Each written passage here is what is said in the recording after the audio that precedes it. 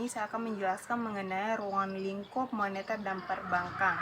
Yang pertama adalah pengertian dari kebijakan moneter, yang dimana adalah suatu langkah pemerintah dalam hal mengatur penawaran uang dan tingkat bunga, atau kebijakan pemerintah dalam hal mengatur proses keuangan dari suatu negara.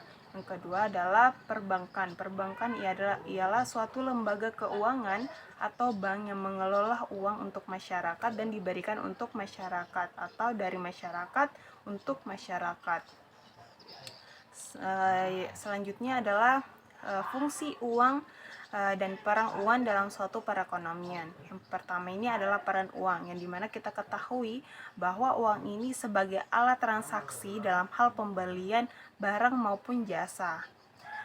Untuk fungsi uang sendiri itu terbagi menjadi dua. Yang pertama adalah fungsi asli, ialah fungsi utama ataupun dasar uang dalam kegiatan ekonomi. Seperti sebagai alat tukar, yang dimana ini adalah sebagai pembelian barang maupun jasa.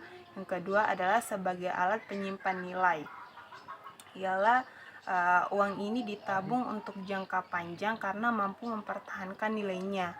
Fungsi turunan atau fungsi tambahan atau turunan uang yang berkembang sesuai dengan kebutuhan masyarakat.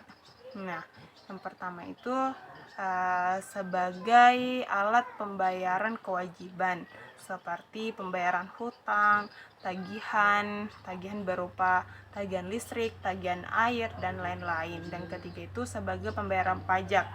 Pembayaran pajak ini seperti pembayaran pajak kendaraan dan lain-lainnya. Selanjutnya adalah sebagai alat penimbung.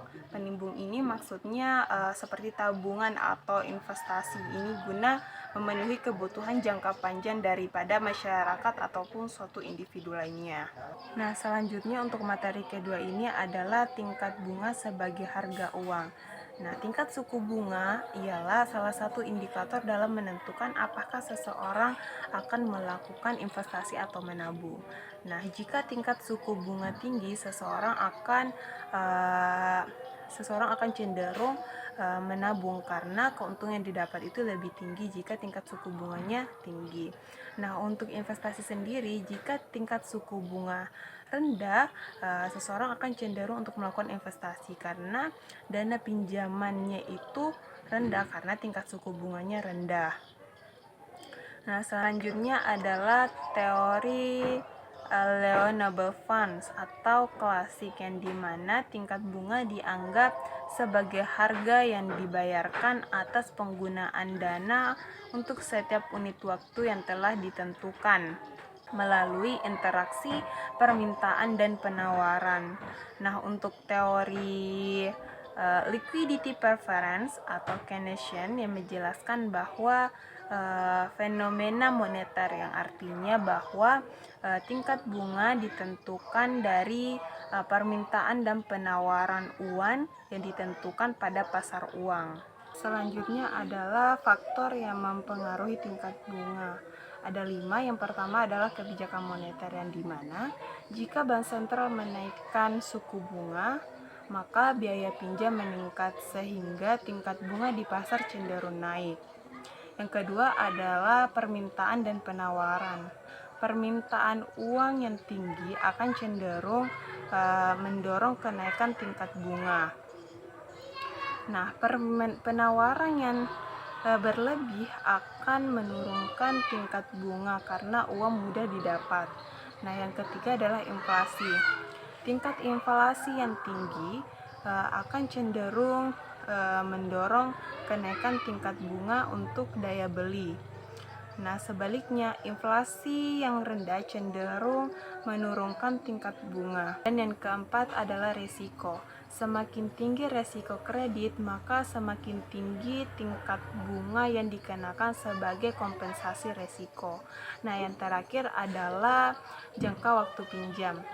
Pinjaman jangka waktu panjang biasanya memiliki tingkat bunga yang tinggi karena resiko ketidakpastian yang lebih besar. Selanjutnya adalah materi ketiga, yakni peran bank dalam pasar uang. Nah, peran bank dalam pasar uang ini merujuk pada fungsi dan aktivitas yang dilakukan oleh bank dalam memfasilitasi transaksi keuangan jangka pendek antara pihak-pihak yang memiliki kelebihan dana dengan mereka yang membutuhkan dana. Nah, untuk peramban dalam pasar uang ini ada 4. Yang pertama adalah pasar uang sekali lagi. Ialah suatu tempat di mana terjadi proses pinjam-meminjam dana dalam jangka pendek, sekitar kurang dari 1 tahun. Nah, untuk yang kedua adalah proses transaksi di pasar uang. Nah, rangkaian kegiatan jual beli dana jangka pendek dengan pihak-pihak yang memiliki kelebihan dana dengan pihak yang membutuhkan dana. Nah, prosesnya ini terdiri dari penawaran, negosiasi, kesepakatan suku bunga, jangka waktu, hingga transfer dan pelunasan dana. Nah, yang ketiga adalah bank sebagai perantara keuangan. Ialah suatu lembaga yang menghubungkan pihak yang memiliki kelebihan dana atau surplus unit dengan pihak yang membutuhkan dana atau defisit unit. Dan yang terakhir adalah bank sebagai pencipta uang. Bank berperan penting sebagai pencipta uang dalam perekonomian modern, terutama melalui proses pemberian kredit. Ketika bank memberikan pinjaman kepada nasabah, mereka tidak hanya memindahkan uang yang sudah ada, tetapi juga menciptakan uang baru dalam bentuk saldo rekening. Selanjutnya, materi keempat adalah teori penawaran uang. Nah, teori penawaran uang pada hakikatnya ialah jumlah uang yang beredar dalam suatu perekonomian yang telah ditentukan. Nah, adapun beberapa teori. Yang pertama adalah teori penawaran tanpa bank. Ialah jumlah uang yang beredar atau uang yang ditawarkan di masyarakat naik atau turun disesuaikan dengan ketersediaan emas di masyarakat. Yang kedua adalah teori penawaran uang modern. Ialah suatu kerangka kerja ekonomi yang menjelaskan bagaimana jumlah uang yang beredar dalam suatu perekonomian. Nah, adapun beberapa faktor yang mempengaruhi penawaran uang. Yang pertama adalah bank sentral, kedua pemerintah, ketiga bank umum, yang keempat tingkat bunga, kelima pendapatan masyarakat, keenam harga barang, ketujuh jumlah penduduk, kedelapan geografis, dan yang terakhir adalah selera masyarakat terhadap barang. Selanjutnya adalah materi kelima adalah masalah dalam kebijakan moneter. Yang pertama adalah uang yang dikendalikan dalam kebijakan moneter. Pengendalian jumlah uang yang beredar pada umumnya yang dimaksud adalah untuk menjaga kestabilan nilai uang dan mendorong perekonomian. Yang kedua adalah siapa yang berwenang dalam pengendalian jumlah uang yang beredar dan tingkat bunga. Yang pertama adalah BI atau Bank Indonesia yang memiliki kebijakan BI rate, yaitu bunga acuan yang diterapkan oleh BI. Yang kedua adalah BI rate. BI rate ini merupakan kebijakan moneter yang dapat mempengaruhi perbankan, pasar uang, dan sektor real. Yang ketiga adalah harapan rasional. Harapan rasional ini berperan penting dalam kebijakan ekonomi dan mempengaruhi keputusan individu dan pelaku ekonomi dalam merespon kebijakan yang telah ditetapkan oleh pemerintah. Selanjutnya adalah materi ke-6, yaitu inflasi. Nah, inflasi ini dapat diartikan sebagai kenaikan jumlah uang yang beredar atau kenaikan likuiditas dalam suatu perekonomian, atau dapat diartikan bahwa inflasi ini adalah kenaikan harga barang secara umum dalam jangka waktu tertentu. Nah, adapun macam-macam inflasi terbagi menjadi 3.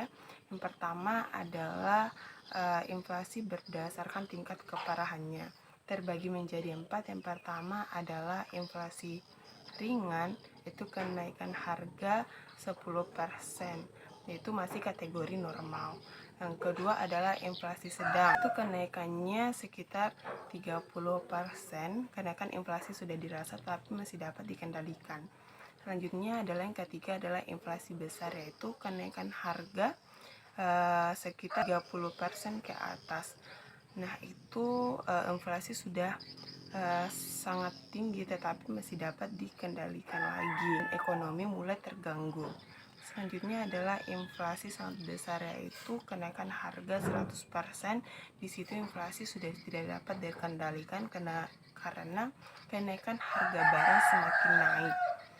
Yang kedua adalah inflasi berdasarkan sifatnya, terbagi menjadi tiga. Yang pertama adalah inflasi merayap, yaitu kenaikan harga lamban dan stabil di bawah 10%.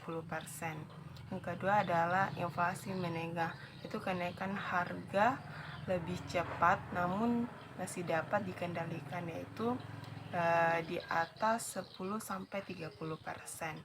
Yang ketiga adalah inflasi tinggi, yaitu kenaikan harga sangat tinggi dan cepat di atas 30%. Selanjutnya yang ketiga adalah inflasi berdasarkan asalnya, terbagi menjadi dua. Yang pertama adalah inflasi dari dalam negeri. Ini disebabkan oleh faktor internal seperti harga barang produksi naik, jumlah uang yang beredar terlalu banyak.